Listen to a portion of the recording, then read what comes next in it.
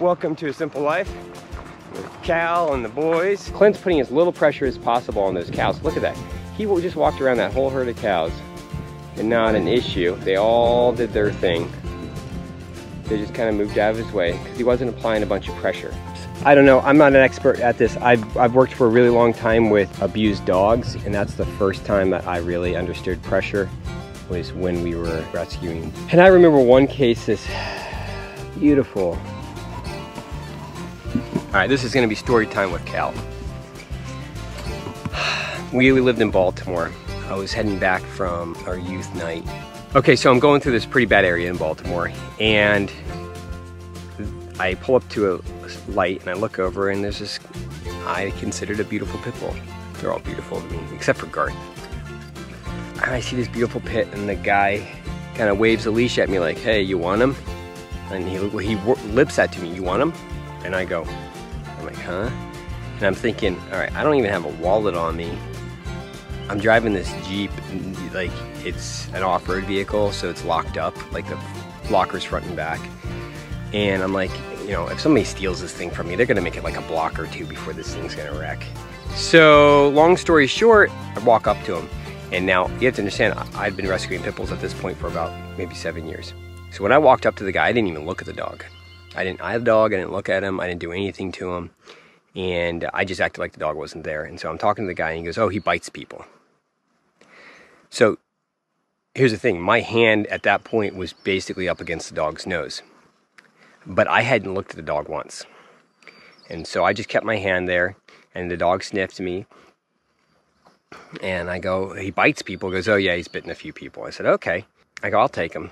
And the guy's looking at me like, you'll take a dog that bites people? I'm like, yeah, I'll take him. Because at this point, I kind of had an idea that this dog just didn't like to be eyed. He didn't like to be stared down. So I hadn't looked at the dog yet. So I go, give me 1 minute, let me talk to my wife. So I call Christine, because we always bounce everything off of each other. It doesn't matter what it is. We always talk to each other about everything.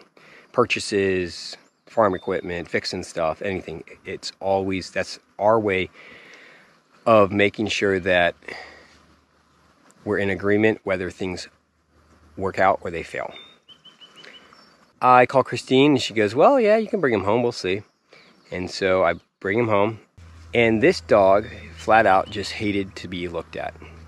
If you looked at him, he'd bite you, especially if you were a stranger. But if you'd ignore him, he would slowly warm up to you, and eventually he'd sit down in your lap. But what he didn't like the pressure being applied to him. My guess is he'd probably been abused, and when somebody would stare at him, they would smack him. Anyways, that's story time with Cal. I love that dog. He's one of my buddies. I've had a few. All right, I've just found that your presence, or the lack of awareness of your presence, can drastically affect doing chores. Because if you're trying to move the cattle and you have no awareness of your presence, then those cattle are going to scatter to all four winds. And then you're going to be sitting there going, these dumb cattle, I hate them. In all reality,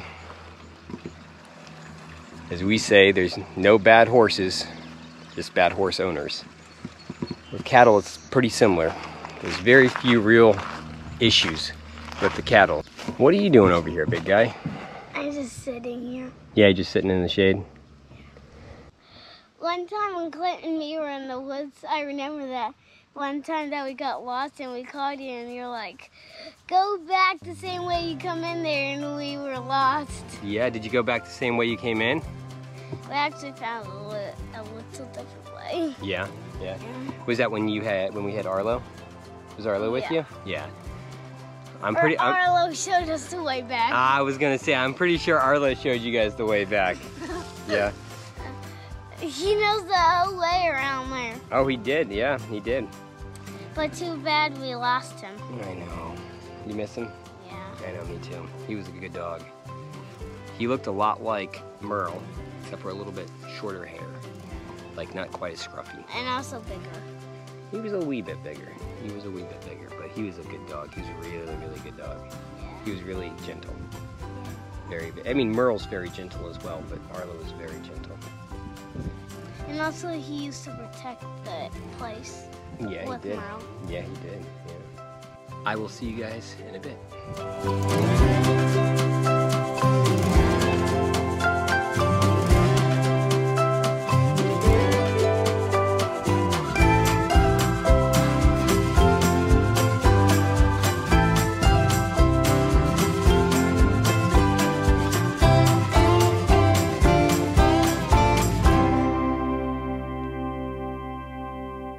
We're up here. We're gonna give it another go today. Last night I stopped because I couldn't tell if there was enough coolant in the dozer, and I didn't want to try to pull these up the hill without checking the coolant first, and I forgot to check it yesterday before we headed up here, or down here. I'm gonna start getting these guys piled up correctly. I'm gonna put it on time lapse just because it's kind of monotonous and it's not very exciting.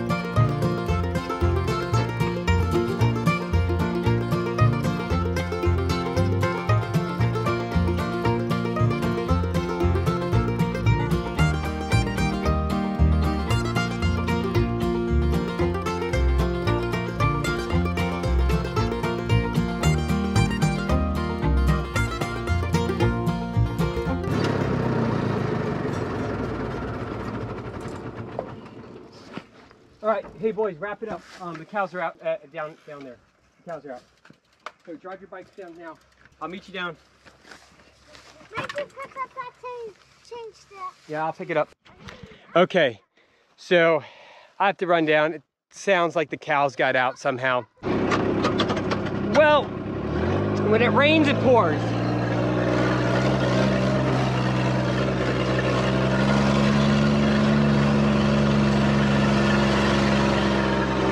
Christine just called me with the cows are out, and Clint just wiped out on his bike. So we're gonna go take care of Clint first, and then we're gonna go and take care of the cows.